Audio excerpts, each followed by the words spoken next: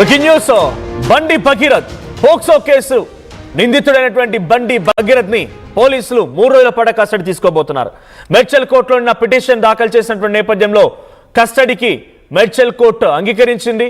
అయితే బెయిల్ విషయంలో అటు భగీరథ్ తరపున అడ్వకేట్స్ ప్రయత్నం చేసిన బెయిల్కు మాత్రం ఒప్పుకోలేదు. 3 రోజుల పాటుగా పోలీసులు భగీరథ్ విచారించబోతున్నారు. సో ప్రస్తుతం చెర్లపల్లి జైల్లో ఉన్నారు భగీరథ్. ఏ క్షణమైనా పోలీసులు చెర్లపల్లికి వెళ్లి భగీరథ్ ని అదుపులోకి తీసుకునే అవకాశం ఉంది. కస్టడీలో ఉదయాన్నే తీసుకొస్తారు, ఆ తర్వాత తిరిగి మళ్ళీ యాజ్ పర్ రూల్స్ అయితే ఈ రకంగా ఉంటుంది. మరి భగీరథ్ ఎలా విచారిస్తారో చూడాలి. బికాజ్ అన్ని రకాలుగా రూల్స్ ప్రకారంగా జరిగితే ఈ కేసు కొత్తగా ఏం కాదు, కానీ రూల్స్ కి కొంత అటు ఇటుగా జరుగుతోంది కాబట్టే ఈ కేసు కొంత స్పెషల్ అవుతోంది. సో బండి భగీరథ్ ని రూల్స్ లో భాగంగానే అందరినీ సహజంగా తీసుకొచ్చి విచారించి మళ్ళీ తీసుకెళ్లి జైల్లో వేసినట్టుగానే ఆ రకంగానే ఉదయాన్నే తీసుకొచ్చి 9 నుంచి 6 వరకు విచారించి ఆ తర్వాత చెర్లపల్లి జైలుకి తరలిస్తారా లేదు ఎలా ఉంటుందో చూడాలి. ప్రస్తుతానికి విచారణ ప్లేస్ కూడా కొంత క్వశ్చన్ మార్క్ అని చెప్పాలి. సో డీసీపీ రితిరాజ్ పర్యవేక్షణలో విచారణ జరిగే అవకాశం ఉంది. అయితే బాలిక పట్ల, ఆ మైనర్ బాలిక పట్ల అసభ్యంగా ప్రవర్తించాడనే విషయంలో మే 8వ తేదీన పోక్సో కేసు నమోదైతే మే 16వ తేదీన సుమారుగా 9 రోజుల పాటుగా పోలీసులు ఆయన్ని వెతికి 9 రోజుల తర్వాత అరెస్ట్ చేశారు. సో అటు నాకాబంద్ నిర్వహిస్తూ ఉండగా అప్పా జంక్షన్ దగ్గర టీజీపీఏ జంక్షన్ దగ్గర అదుపులోకి తీసుకున్నట్టు తెలుస్తోంది. సో ఆ తర్వాత పేట్ బషీర్బాద్ పోలీసులు ఆయన్ని కోర్టులో ప్రొడ్యూస్ చేశారు, రిమాండ్ విధించారు, జైల్లో ఉన్నారు. నిన్న జరిగినటువంటి విచారణలో పోలీసులు నిన్న జరిగినటువంటి ఆర్గ్యుమెంట్స్ లో పోలీసులకి కస్టడీ అనుమతిస్తూ మేడ్చల్ కోర్టు నిర్ణయం తీసుకుంది. సో 3 రోజుల పాటుగా విచారించబోతున్నారు. చాలా కీలకమైన క్వశ్చన్స్ ఉండబోతూ ఉన్నాయి. సో 9 రోజుల పాటుగా ఎక్కడున్నావు, ఆ అమ్మాయి పట్ల ఎందుకు ఈ రకమైనటువంటి అసాల్టేషన్కి పాల్పడాల్సి వచ్చింది, నీ ఫ్రెండ్స్కి ఛాలెంజ్ చేసి నిజమేనా, ఆ ఫోన్లు ఎందుకు డేటా అరెస్ట్ చేయాల్సి వచ్చింది, ఆ డేటా ఎక్కడ పోయింది. సో దీంతో పాటుగా ఇంకా కీలకమైన క్వశ్చన్స్ కూడా ఉన్నాయి. కంటిన్యూస్ సెక్షువల్ అసాల్టేషన్, రిపీటెడ్ సెక్షువల్ అసాల్ట్కి పాల్పడేది కూడా పోలీసులు పలు సెక్షన్లు నమోదు చేశారు కాబట్టి ఆ క్వశ్చన్స్ కూడా బండి భగీరథ్ పైన పోలీసులు విసిరే అవకాశం ఉంది. సో పోలీసులు బండి భగీరథ్ని ఒంటరిగానే ఆయన విచారిస్తారా లేదు ఇంకెవరైనా ఫ్రెండ్స్ని కూడా, అంటే బండి భగీరథ్ కేసులో ఆయన ఫ్రెండ్స్ కూడా నోటీసులు జారీ చేసినట్టు తెలుస్తోంది కాబట్టి వారిని సైతం అక్కడికి పిలిచి విచారిస్తారా, అడ్వకేట్ సమక్షంలో విచారిస్తారా లేదా ఎలా విచారిస్తారని మరిన్ని అప్డేట్స్ మా ప్రతినిధి నిర్మల సిద్ధంగా ఉన్నారు. నిర్మల, ఈ రోజు నుంచి 3 రోజుల పాటుగా బండి భగీరథ్ ని పోలీసులు విచారించబోతున్నారు. సో ఈ విచారణ రూల్స్ కి, అంటే ఆ సర్వసాధారణంగా జరిగేటువంటి రూల్స్ లో భాగంగానే జరుగుతాయా, ఏదైనా స్పెషల్ ట్రీట్మెంట్ ఉంటుందా, అడ్వకేట్ సమక్షంలో విచారిస్తారా, ఎలా ఉండబోతోంది? ఎస్ మనోజ్, మరి 8వ తారీఖు పోక్సో కేసు కూడా బండి భగీరథ్ పైన నమోదు కావడం కూడా జరిగింది. అదేవిధంగా 16వ తారీఖున తనను చెంచల్గూడ జైలుకైతే రిమాండ్కి తరలించడం కూడా జరిగింది. ఈ 9 రోజుల పాటు మాత్రము చాలా పరిణామాలు చోటు చేసుకున్నాయి. ట్విస్టుల మీద ట్విస్టులు జరిగాయి. మొత్తానికైతే బండి భగీరథ్ మీద పోక్సో కేసు అయితే నమోదయ్యి తను రిమాండ్కి తరలించారు. అదేవిధంగా పేట్ బషీరాబాద్ పోలీసులు మళ్ళీ మెడ్చల్ కోర్టులో మాత్రము కస్టడీ కోరుతూ 3 రోజుల కస్టడీ కోరుతూ యాక్చువల్గా 10 రోజుల కస్టడీ కోరారు. కానీ మెడ్చల్ కోర్టు మాత్రము 3 రోజుల కస్టడీకి అనుమతించి ఈ రోజు బండి భగీరథ్ని పేట్ బషీర్బాద్ పోలీసులకైతే అప్పచెప్పనున్నది. పోలీసులు అక్కడికి వెళ్ళి కోర్టు దగ్గరికి వెళ్ళి కూడా బండి భగీరథ్ను తీసుకొని అదుపులోకి తీసుకొని పేట్ బషీరాబాద్ పోలీస్ స్టేషన్లోనే విచారణ కొనసాగించబోతున్నారు. అది కూడా డీసీపీ రితిరాజు సమక్షంలోనే. ఇటు బండి భగీరథ్ కేసు వాదిస్తున్నటువంటి లాయర్తో కలిసే ఇక్కడ విచారణ కొనసాగే అవకాశాలు ఉన్నాయి అనేది కూడా తెలుస్తూ ఉంది. ఇంకొక విషయం కూడా, ఇటు బండి భగీరథ్తో ఎవరెవరైతే ఫ్రెండ్స్ ఉన్నారో ఈ కేసుకు సంబంధించి కూడా వాళ్ళకి ఆల్రెడీ నోటీసులు కూడా జారీ చేయడం జరిగింది. వాళ్ళను కూడా ఇప్పుడు బండి భగీరథ్తో కలిపి విచారించబోతున్నారనే విషయం కూడా తెలుస్తూ ఉంది.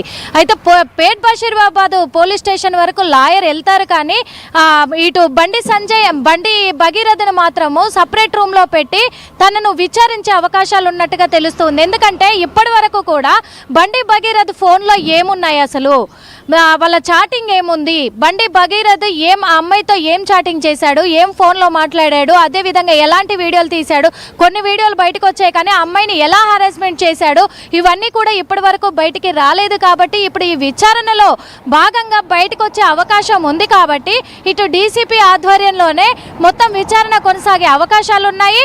ఇంకో విషయం కూడా, ఉదయం ఇప్పుడు 10 గంటల నుంచి 11 గంటల లోపు పేట్ బషీరాబాద్ పోలీసులు అయితే మెడ్చల్ కోర్టుకు వెళ్ళి తనని బండి భగీరథని అదుపులోకి తీసుకున్న తర్వాత మళ్ళీ సాయంత్రం వరకు విచారణ కొనసాగించిన తర్వాత సాయంత్రం మళ్ళీ కోర్టుకు అప్పజెప్పనున్నారు అనేదే సమాచారం పోలీసుల నుంచి కూడా వస్తున్న సమాచారం. మనోజ్, ఇంకో విషయం కూడా ఇక్కడ ఈ 3 రోజుల పాటు కూడా ఈ విచారణ ఇలాగే ఉదయం తీసుకొచ్చి సాయంత్రం మళ్ళీ కోర్టుకు అప్పచెప్పబోతున్నారు. రెగ్యులర్గా సామాన్యులకు ఎలాగైతే జరుగుతూ ఉందో ఇటు బండి భగీరథ విషయంలో కూడా అదే నియమ నిబంధనలను వర్తిస్తాయి అని చెప్పేసి పోలీసులు అయితే తెలియజేస్తూ ఉన్నారు. మనోజ్, ఫ్రెండ్స్ కూడా నోటీసులు జారీ చేశారు.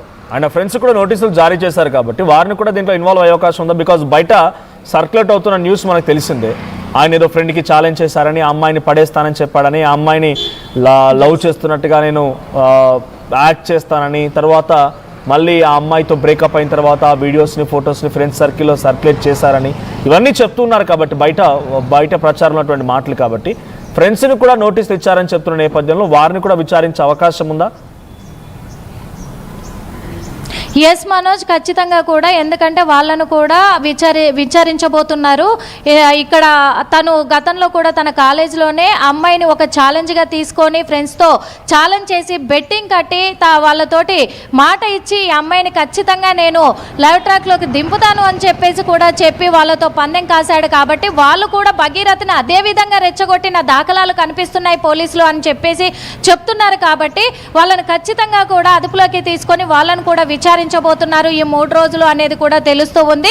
వాళ్ళ విచారణలో భాగంగానే అక్కడ మోయినాబాద్ ఫామ్ హౌస్ విషయానికి వస్తే అక్కడ ఫామ్ హౌస్లో కూడా ఏం జరిగింది అసలు, ఎందుకంటే వీళ్ళ ఫ్రెండ్స్ కూడా భగీరథ ఫ్రెండ్స్ అక్కడే ఉన్నట్టుగా కూడా తెలుస్తూ ఉంది. కాబట్టి అసలు ఏం జరిగింది అక్కడ అనేది కూడా ఫ్రెండ్స్ నుంచి సేకరించబోతున్నారు మొత్తం కూడా వివరణలో. అదే విధంగా బండి భగీరథ నుంచి కూడా మొత్తం కూడా విచారణలో తేలబోతుంది అనేది కూడా తెలుస్తూ ఉంది.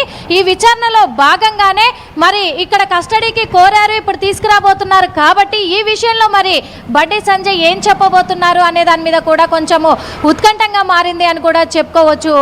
Manoj, right, thank you Nirmala. So మొత్తంగా బండి భగీరథ్ని ఈ రోజు పోలీసులు కస్టడీ తీసుకోబోతున్నారు. 3 రోజుల పాటుగా కస్టడీ తీసుకొని విచారించబోతున్నారు. మే 8వ తేదీన నమోదైనటువంటి పోక్సో కేసులో ఇప్పటికే పలు సెక్షన్లు యాడ్ చేశారు. మొదట 74, 75, 11 రెడ్ విత్ 12 ఉన్నటువంటి ఆ సెక్షన్స్ ని ఆల్టర్ చేస్తూ 5(1) ఆఫ్ రెడ్ విత్ 6, ఆ తర్వాత 64 ఆఫ్ 2 అండ్ 238 ఎవిడెన్స్ ని పూర్తిగా కిల్ చేశారనేటువంటి సెక్షన్లు కూడా యాడ్ చేశారు.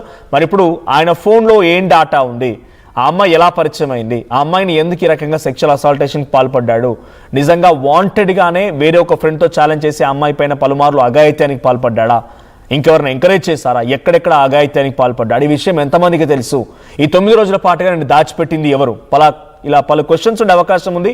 అయితే బండి భగీరథ విచారణ తర్వాత దీని వెనుక మధ్యవర్తిగా ఉన్నటువంటి ఒక వ్యక్తి, 3వ వ్యక్తి ఎవరైతే ఉన్నారో ప్రముఖ జర్నలిస్ట్గా పేరొందిన వ్యక్తి, ఆయన పేరు అండ్ కేంద్ర మంత్రి పేరు కూడా బయటపడే అవకాశం ఉంది. బికాజ్ వాళ్ళే ఆ అమ్మాయితో కుటుంబంతో ఆల్రెడీ మాట్లాడారు, మధ్యవర్తిత్వం వహించారు అన్నట్టుగా వాళ్ళ పేరు వినబడుతున్నాయి. కాబట్టి నిజంగా భగీరథ్ అక్కడ తన స్టేట్మెంట్ కనుక కన్ఫెస్ చేస్తే ఫర్దర్ నోటీసులు వీళ్ళకు కూడా వచ్చే అవకాశం ఉంది.